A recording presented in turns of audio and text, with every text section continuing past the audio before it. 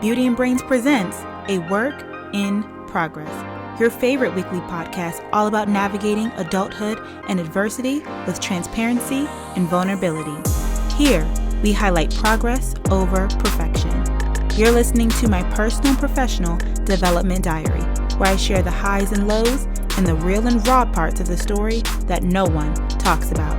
I'm your host, Brelynn Hunt, A Work in Progress.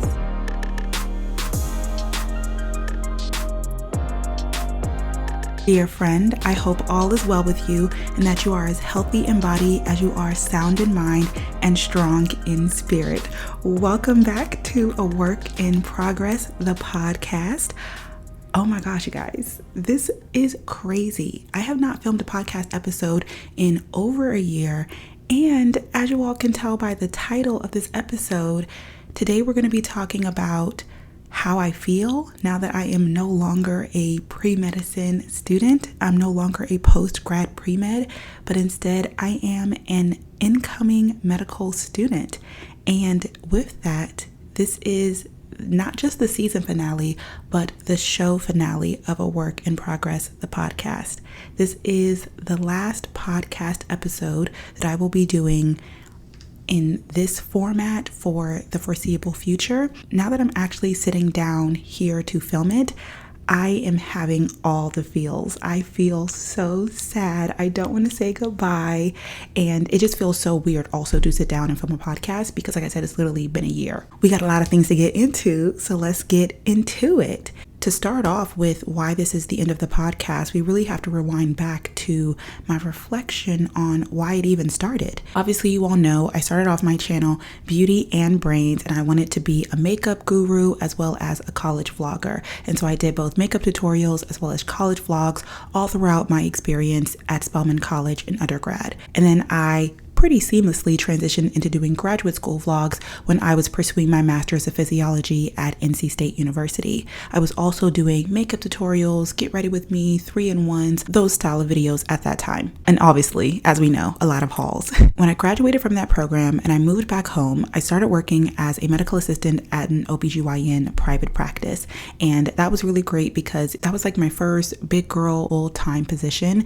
And I was worked like a dog. I was working day and night, and it was really, really, really difficult for me to balance doing anything while also working that job, specifically that job. I have had other medical assistant positions, and I have now since have had other gap year experiences as well as other medical assistant experiences to know that that one was very unique in the sense that it required a lot from me. Get there early in the morning, I would leave late at night. I started off and I tried doing vlogs during that time period as well, because that was really the time where I got into my bag as a pre-med student. Basically, in short, I couldn't vlog while being a medical assistant. It wasn't allowed at my practice after I had filmed a few videos and it was found by the management. So I transitioned and I pivot to creating this here, A Work in Progress, the podcast. And it was really nice because I still wanted to document my thoughts and my feelings on this journey as a pre-med. And really that was kind of the start of my pre-med journey.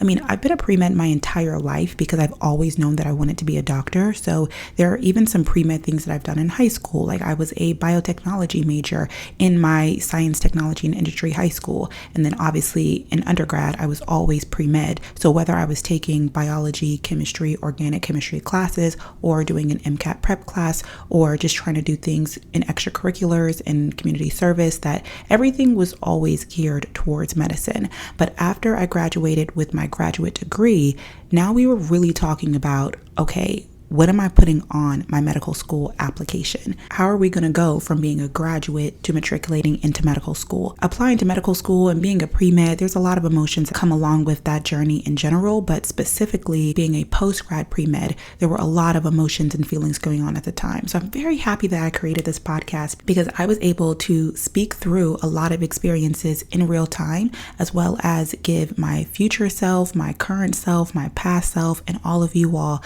the advice along the way. The reason why I created this podcast and I called it A Work in Progress is because I wanted to remind myself that the destination is not the experience, but the journey is. And again, this was really important because at the time I had no idea how far in the beginning I was at that part of the journey. I thought that I was just a year or two out into matriculating into medical school. I had no idea it was going to be an 8-year journey. Obviously, I haven't been doing the podcast for 8 years. I think technically the first episode came out in 2021, but I've had technically 2 seasons, and it went from me doing it every week to me doing it every month to me doing it whenever I feel like it. And so I just have never been able to be super consistent with podcasting. I do find podcasting to be much harder than vlogging and even like doing makeup tutorials and maybe even short form, because it's both long form and then the audio and having to have a podcast platform versus YouTube. I've talked about this before, but like podcasting is much different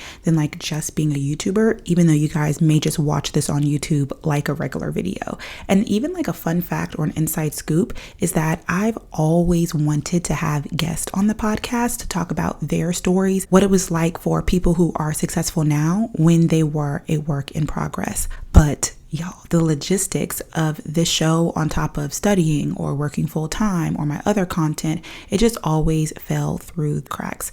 I will say, if I ever have a content team in the future, like I pray I will definitely revisit the idea of continuing the conversations of being a work in progress, but it's just not realistic for me at this time. And also, I'm going into a new era. Obviously, as I mentioned before, I do plan on vlogging in medical school, and I honestly think that's all I'm going to have time for. I don't think I'll have the capacity to film, produce, edit, and promote this podcast while also in school. And then also another reason why the podcast is ending is because I'm no longer passionate about media in this format, at least not on this topic or not as a solo podcaster. I talk about this a lot to like my family and friends, but I am so tired of being a one-woman show. I had to think about this when I was writing this episode. I'm like, do I even watch podcasts anymore? Like, do I even like podcasts anymore? Or was that really just like a straight out of the pandemic 2021, 2022 thing? And I think no, I do still listen and watch podcasts, not as much as I used to. And when I do, they're like brain rot podcasts. Like, they're just like fun best friends hanging out, talking about what's going on in their lives, or just like disciples and giants in the faith. So with that's why I'm saying it's not like I'll never do a podcast again, but I would heavily reconsider if I had a partner in crime later on in life. But for now, I think that AWIP should end here. However, I will say that I do plan on picking back up community time when I find my study schedule in medical school. And so we can keep some of the segments from the Work in Progress podcast for our conversations then, while keeping it a little bit more casual and unedited. So yeah, I think that's it for now. Let's get into the long awaited conversation about medical school. Y'all, I'm going to medical school.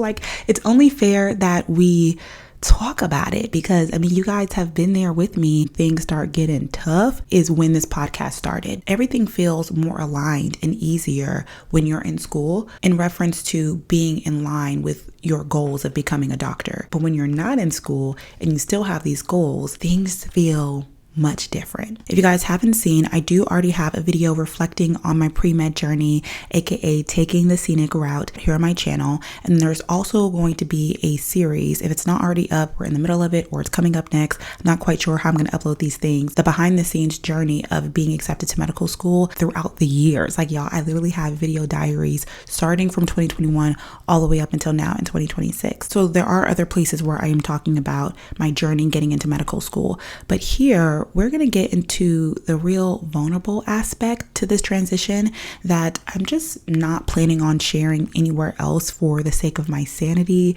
and respect for myself and my mental health and all of the hard work that I've done to be an incoming medical student. Because I feel like out of all of my platforms, the podcast is the safest space. It used to be the YouTube girlies, and technically the podcasts are the YouTube girlies, but if you watch all the podcasts, you're like an extreme double major. Anyway, some of y'all may be like, what do we even have to get into? Isn't this the best moment of your life? Aren't you super excited? Aren't you really happy? You're finally living out your dreams. Yes. And however, I hold a lot of ill feelings towards going to the Caribbean for medical school. And so this is going to be the catch-all place where I talk it out. And I hope that I have your grace or grief and gratitude to live here together in this conversation. Let's get into it. Yes, I got into medical school, and for a long time, I didn't even tell anybody, and not because I wasn't grateful and not because I wasn't blessed, but because after 8 years of trying to become a doctor, this wasn't the story I imagined for myself. Medical school is like this immediate fairy tale moment, like confetti falls from the sky and suddenly every insecurity disappears. And for some people, it may be like that, but if I'm honest, I spent more time crying than celebrating. I struggled deeply with feeling like this accomplishment counted enough because in my head, I created this very specific dream. I thought that I would go to an HBCU medical school. I thought that I stayed close to home. I thought that I'd finally have the story that made all the struggle make sense. Instead, after years of applying, rejection, retaking that stupid MCAT exam, waiting, sacrificing, praying, fasting, I got accepted into schools, but in a different country. And I know how awful this sounds to say out loud, but I was embarrassed, not because this opportunity to become a doctor isn't an incredible blessing, but because I internalized so many opinions about Caribbean schools that getting in almost felt like announcing that I failed publicly. I remember feeling so numb after I received the call from the first school that I was accepted into. I didn't expect the call. I was having a bad day. I was fighting with my mom, and the call was like 2% congratulations, 98% financial and logistic talks. I told my siblings on a whim. I waited weeks to tell my mom, and I remember thinking I should probably record this because if this ends up being it, I need to have documentation or like some type of proof of this moment, but I pray. And I was like, I hope that this is not it. I didn't even fake my excitement when I told her. And I thought that I told a few people, like my close friends. And when I would mention it in passing, like while we were having conversations, they would be shocked and surprised and wish me congratulations. And I would be so unmoved, like, oh wait, I didn't tell you. I guess I didn't mention it. Oh yeah, I was accepted. Like I did not care because I was not proud at all. And then even after getting accepted, I still wasn't ready to let go of the dream that I originally had. Like I mentioned, I was eventually accepted into 2 programs, and I actually went to visit them both on sponsored campus tours. And while there, talking to incoming students, I remembered how different start dates could impact your medical school experience. And I thought about, wait a minute, what could I do if I pushed back my start date? And I started to wonder if maybe I had one more chance for like one last option. In short, there is this pre-matriculation program that is based in Chicago. I give more details in my Road to Medical School series, but I applied to the program in 2025 before taking my 4th MCAT attempt, and I interviewed, but I was rejected. And then, like I said, even after having 2 medical school acceptances, in the middle of me visiting the first school, I was like, wait a minute, is this really gonna be my life? Like, am I really about to go to Caribbean medical schools? Am I really about to do this? Like, is there really no other way? Like, God, I know that you have opened these doors, but like, is there a window that you're willing to open? I don't want to go here. I don't want to go to these schools. Like, I don't want this to be my experience. I don't want this to be my story. Like, I was begging with God. In those moments, I reapplied to the program and, for lack of better words, entertained another gap year. And I remember when I would tell family and my close friends, I would always have to be like, but wait, hear me out, because I know that it sounds crazy, the idea of doing another gap year, another post-bac program, when I've already done 2. I've done 8 gap years. I have 2 graduate degrees. Like, you have 2 acceptances to medical school. It's like, okay, girl, why? Like, just go. Like, just go. And here I was like, maybe God wants me to be patient, especially because I think the hardest thing was this declaration that I made that I was starting medical school at 30. Like, I was going to be starting medical school at 30. Later on, I had conviction, like, wait a minute, am I forcing God's hand and telling him that I want it to happen at this time? Like, I'm giving God a deadline, and he's like, what if I want it to happen at 31? What if I want it to happen at 35? Obviously, I'm tired of waiting. I've waited for so long, but I wasn't sure if I was moving out of the will of God because I had grown impatient. So even though I had these acceptances, I was entertaining another gap year, not because I didn't want to become a doctor, but because I was desperately hoping that I could avoid this route. So I prayed, I fasted, and y'all, I just begged God to open this door. And every single time I thought maybe, just maybe, something else would work out, it wouldn't. As you all can tell, the program didn't accept me again. And this time, I didn't even get an interview. When I sent an email asking why, they let me know that it was my MCAT score. And just like that, the opportunity fell through, and it really hit me.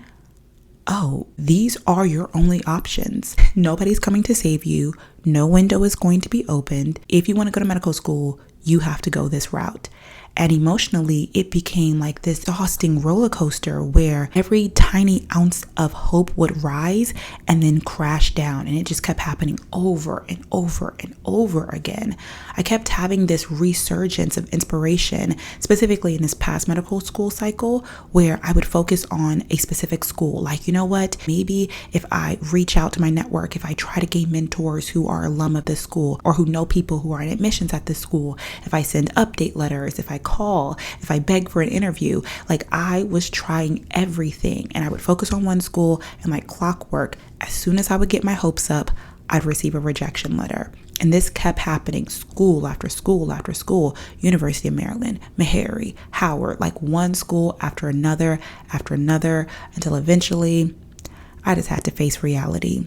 Those doors were closing one after another, and this was the door that opened. One of the hardest parts about this journey has been honestly having to confront my own biases, because I have spent years hearing people talk negatively about Caribbean medical schools. People say that the students don't match. They say that it's harder. They say that it's risky. They say that if you can avoid it, avoid it. And so now suddenly being the person going there, like, it has humbled me deeply. It was a little bit before the Chicago program, after I was accepted into 2 Caribbean medical schools, that I edited the video about me interviewing at a Caribbean medical school. And I did this because I remember thinking, if I just pop out and say that I'm accepted to one of these Caribbean medical schools, there will be so much judgment and confusion, because I'm on record probably multiple times on this channel speaking poorly about Caribbean medical schools and saying how that wasn't the route that I wanted to go, and that's not what I wanted to do with my medical career. And so I kind of soft launched, I kind of primed the announcement, and when I did, I remember being taken aback because I received so much engagement and interaction on all of my social sites. I was getting reached out to by people who were current, graduated, and successful IMGs or medical students, and so many people wanted to connect, to mentor, to meet up, and to give advice. It was so overwhelming. This was like in March of 2026. It was so overwhelming, but it showed me more people do this than I think, and they've been successful at it. So I can too. So first, I just want to take a moment to thank you all, because it really has been you all here, my community, that showed me that I would have support if I went this route, and that it wouldn't be embarrassing. And I really saw from you all's comments just on me posting that I had an interview. I expected for people to be like, oh yeah, you have an interview, but like, is that a Caribbean medical school? But you all were genuinely happy for me, excited for me, proud of me, and willing to continue to watch my journey. And that gave me a lot of confidence, and it made me feel more proud of myself than I had been at any point in time leading up to that moment. And like I said, it was surprising to me because you all's reaction was an anomaly, and it was surprising because up until that point, I was telling people in person, specifically in my new space as a public health fellow, and what was interesting was watching how people reacted once it became my reality. So there were like some mentor-like figures who used to speak poorly about Caribbean programs. And when I told them that I was accepted and considering matriculating, all of a sudden they became so supportive. And I'm like, are you doing this because it's me and you know me? Is it because you know my journey, my struggle, and how long it's taken me? Or are you doing it because you genuinely believe that anybody could do it like I can do it? Like I can make the most out of a medical career even if I attend a Caribbean medical school. Like all of a sudden the language was, you're going to be such a great doctor. This is an amazing accomplishment. You have been accepted. Like you are accepted into medical school. Like what I'm hearing is that you are accepted. Like you should be so proud of yourself. And it was disorienting to me because while I appreciated the encouragement, it also revealed how conditional and complicated people's opinions can be. Because when it was theoretical, everyone has advice. Everyone's like, if you can, don't do it, go this way, go that way, go any way but that way. But when it was somebody that they cared about, all of a sudden there was more grace. Another thing that I want to touch on was how I failed, but not completely. I think one of the hardest truths that I've had to sit with is that I technically failed another application cycle. And that's just the truth. Even though we can smile and celebrate, the pre-med journey is over, you finally did it, finally going to medical school, I did not get the outcome that I spent years envisioning. But at the same time, I also didn't fail completely. This weird caveat, because God still opened a door. Actually, he opened two. They just weren't the doors that I wanted. And y'all, I don't fully understand why this is the path that he has for me. I don't know why my journey had to look harder. I don't know why I have to leave my country.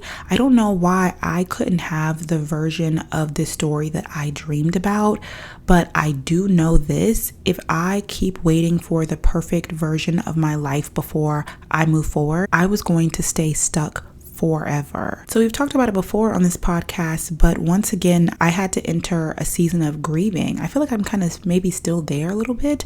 I had to allow myself grieve because this is grief. It's grieving the version of medical school I thought that I would have. It's grieving the image of myself I thought I was becoming. Instead of moving to an HBCU near the city where I was raised, I'm moving to another country. And that is overwhelming and it's scary. And yes, sometimes it still feels embarrassing. And then there's also fear about matching into residency, fear about whether I'll be able to keep up, fear about whether all of this sacrifice will actually pay off. And spiritually, I've wrestled with feeling forgotten, feeling not chosen, like everyone else's dreams came true the normal way, but mine didn't. I feel like other people who I have seen or witnessed go the Caribbean medical school route did it because they, in a sense, kind of, and this is no shame to them or no shade to them, given up or just they were more comfortable with deciding, I'm just going to go this route because I want it now. I want to take the MCAT over again. I don't want to do another application cycle. I want to be able to go straight after undergrad, whatever the case is. I feel like most people, specifically speaking of US pre-med students, have more confidence in taking this route because they decided that that's what they wanted to do. Whereas I feel like, yes, I'm making the decision to go. I'm saying yes. I'm getting on the flight. Nobody's literally pushing me and forcing me to go. But there is a different level, a caveat to my yes. It's I'm saying yes because I have no other option. I have no other choice. Where other people decided that I'd rather go this route than do the hard thing, I did the hard thing over and over and over again. Like I said, I retook the MCAT if I thought that doing that hard thing was going to get me the results that I wanted. I was even considering, like I said, going back to school and doing a program where I wasn't going to get a degree, something that didn't look glamorous, that didn't look fun.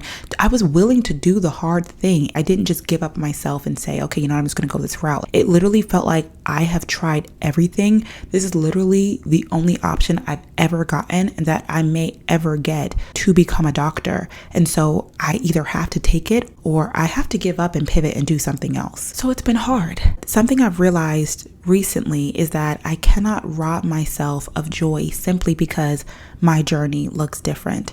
I have spent 8 years waiting, 8 years sacrificing, 8 years of working towards this goal. And when I say 8, that is just speaking about my years post Spelman. Like I said, we could also count the years at Spelman, and then it's an even longer timeline of the years that I have spent working towards this goal. And if I keep withholding, celebrating from myself until life looks perfect, I will never allow myself to feel proud. And that's just not fair to me. Like, I deserve joy too.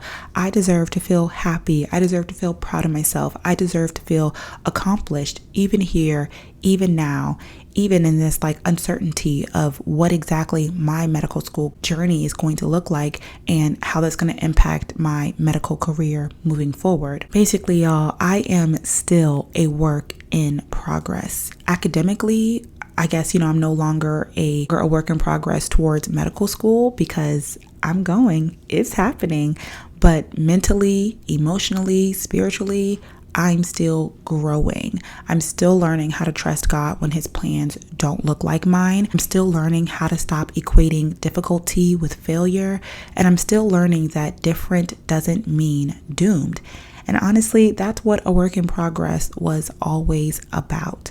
Not arriving, not finally becoming enough, not reaching some magical destination where suddenly I feel whole, successful, secure, healed, validated, and happy forever. Like, this was never a journey towards happily ever after, because if I'm honest, idolizing medical school has been one of my biggest problems throughout this entire journey. I convinced myself that once I got here, that everything would finally make sense, that all the rejection, all the waiting, all the sacrifice, and all the disappointments would suddenly feel worth it. And the scary thing is, I know this to be true before it even manifests. When you wait as long as I have and sacrifice as much as I have, there's almost no destination that could fully live up to the weight that you have placed on it. I gave medical school so much power.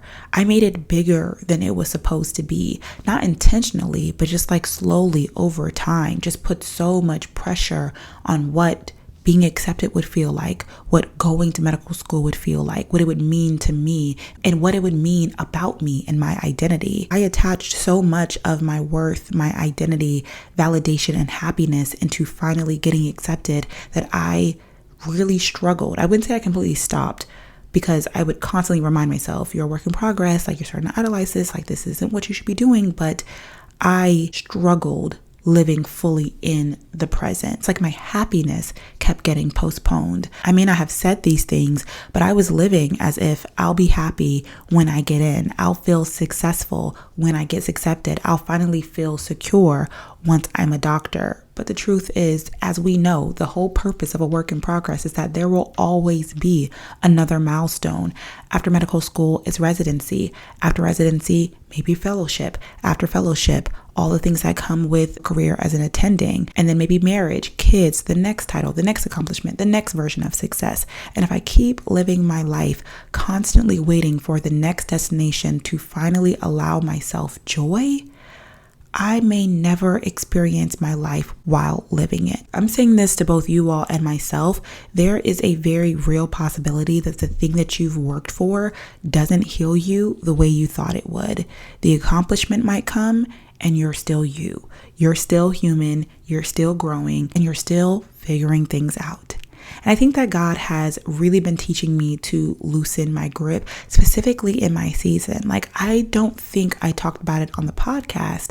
Well, I definitely didn't, because it's been a year since I've podcasted. And so much has happened in this past year. But my word of the year this year is surrender. And I've been in constant work to lay this dream at his feet. Okay, if it's not the version of medicine that I wanted. It's okay if it's not the timeline that I wanted, not the aesthetic, perfectly packaged version of the journey to medicine that I imagine. But it will be his version, because he's already said that it's so. So instead of gripping so tightly to what I want, I have to release that grip and let go and trust him and his version and his vision, even if it's harder, even if it humbles me, and even if it takes me somewhere I never planned to go. It's so crazy because I've known for majority, we're in July at this point of filming. I'm just a few days away of being 30. I will be starting medical school at 30, but just like I've known this entire time, I am still learning and accepting day by day that the purpose of this journey was never the destination, and that the beauty of it has always been hidden in the becoming. The people I've met, the resilience I've built, the faith that I've developed, the discipline, the heartbreak, the rebuilding, the moments that I thought that I couldn't continue, but I did with the help of God. These are the parts that have shaped me into the woman that I am today, not the acceptance letter, like literally nowhere close. And honestly, some of the best moments of my life have happened while I was still waiting. The friendships, the opportunities, the growth, and again, the woman that I have become in the process. You all have seen it here on this channel through all that I've shared. Being a work in progress was never something to escape. It is the human experience. We are always becoming, and joy isn't found in the finish line. Joy is learning how to love your life while you're still on the way. So no, this is not the story that I imagined. Maybe one day I will understand why this chapter had to happen exactly this way. Maybe there's someone listening right now who also feels disappointed by the way that their life turned out or is looking to turn out. Maybe your dream came true, just not in the packaging that you wanted. I want you to know that disappointment and gratitude can exist at the same time. You can mourn what you lost while still honoring what you've been given. And maybe being a work in progress doesn't mean that you're failing. Maybe it just means that your story is still unfolding. And with that, I just want to thank you all for growing with me, and hope that you all continue to grow with me outside of space, which is a work in progress, the podcast. Our last kingdom keys. Can I be honest? I hope that I am so blind and stubborn in the fact that I am going to the islands kicking and screaming, but that it actually ends up being the best thing for me. I pray to God that this is the best experience of my life. I'm hoping that the success and alignment of this makes me say the Bible verse, what the enemy meant for evil, God meant for good. I remember listening to a sermon by PMJ, and he was talking a little bit about that. So there's no better time to share these kingdom keys for anyone else being obedient, but going, kicking and screaming. But in the end, we're still saying, Lord, not my will, but your will be done. Sometimes opposition ain't blocking you. It's steering you. God says for many of you, you are going through not because there's something wrong with you, but it's my way of redirecting you. I am rerouting you. You'll be surprised how many people end up on dead ends because they don't realize God closed certain streets on purpose. Why, PMJ? Because not everything God sends is comfortable, but everything he allows is purposeful. Preach, Mike. Not everything that God sends is comfortable, but everything he allows is purposeful. You know something that really, really hurts? Grieving the life or version of your life you thought would happen by now. But I want to encourage y'all. You're grieving the relationship, grieving the city, the opportunities, the career path, the timeline you prayed for, right? And that grief is really real. It sucks to think about the what ifs. Even knowing when that thing or person wasn't God's best for you, that loss can still hurt. But listen to me. If all you do is stare at the season that didn't work out, you'll be blind to the one God is trying to grow you in right now. Some of us are emotionally living in a chapter God already closed. We got to move on. We keep replaying conversations and imagining alternate outcomes and romanticizing people who couldn't go where God is taking us. And Jesus made this so easy for us to understand because he understood our human tendency to want to go back to the old. He said in Luke 9, no one who puts a hand to the plow and looks back is fit for the service for the kingdom of God. Now, that doesn't mean you can't feel grief of leaving the old, but it does mean you can't build a future while worshiping the past. That's why God says in Isaiah, forget the former things, do not dwell in the past. See, I am doing a new thing. Notice God says see, because dwelling backwards, you can miss and be blinded by what's ahead of you. Faith sometimes look like grieving what didn't happen and still obeying anyway. Faith looks like pivoting when all plans die. Faith looks like trusting God when your understanding no longer makes sense to you. Faith looks like saying, this hurt, but I refuse to make the disappointment my identity by living here. We have to really believe in Romans 8:28, because if God closed it, we have to trust that he either protected or redirected us, and it will work out for our good. Let's stop trying to resurrect seasons God allowed to die. Let's look up. Let's focus on the season that we're in by being obedient in the now. It's joyful surrender. Will you joyfully surrender in a season you did not predict and you don't prefer? Father, I come to you honestly. I didn't see this coming. I didn't plan for this. I didn't prepare for this. I did not predict this. I'm surprised and I'm confused, and I won't pretend that I'm not. Version of me that needs to let some things go. I realize I need you to help pry them out of my hands. I let go of the timeline I built. I let go of the version of my story I was attached to. I let go of the panic that's been trying to make decisions for me. I let go of the resentment I had toward you. You led my life in a way that is different than I prefer. I release my anger and my disappointment because I refuse to allow my disappointment to disciple me into dysfunction. So I say, your will, nothing more, nothing less. Help me to adjust my direction without abandoning my devotion. Help me to update my plans without abandoning my purpose. Help me to see even my affliction as education. So Father, I declare today I'm still in your hands. I'm still on your timeline, still inside of your purpose. And what surprised me did not surprise you. What shook me will not shake you. What I could not see, you already saw. I will not be amazed by my lack of faith. I will be amazed by your faithfulness. I receive grace for the pivot. I receive peace for the process. And I receive your plans for my next step. My life is not my own. To you I belong. I give myself away. And this wouldn't be an AWIP podcast without some affirmations. So we're going to end this episode off right with a few minutes of guided affirmations to keep our spirits up and focus as we move throughout our day. Remove all distractions and verbally repeat these. Whoa. Lord, what does that mean? For my audio listeners, shout out to the audio listeners. I love you. Side note, if you're not seeing how good I look, definitely come over to the video podcast on YouTube and leave a farewell comment to the Work in Progress podcast. I would love to hear what your favorite podcast episode was. This is a complete side note. If there was anything that I shared with you all here in this space that has stuck with you throughout the years. Anyway, sorry. I was saying that if you all are watching the podcast, you may have seen that literally my power just shut off for a second, and then it just came back on, like the light flickered and everything, and it is a beautiful sunny 100-degree day outside, so I have no idea why that happened.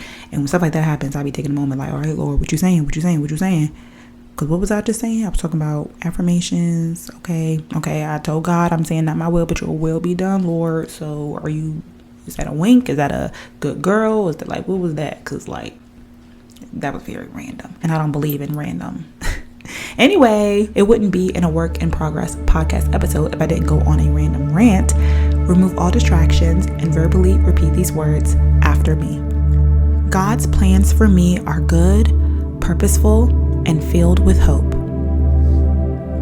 God's plans for me are good, purposeful, and filled with hope. My worth is not defined by timelines, titles, or comparison. My worth is not defined by timelines, titles, or comparison.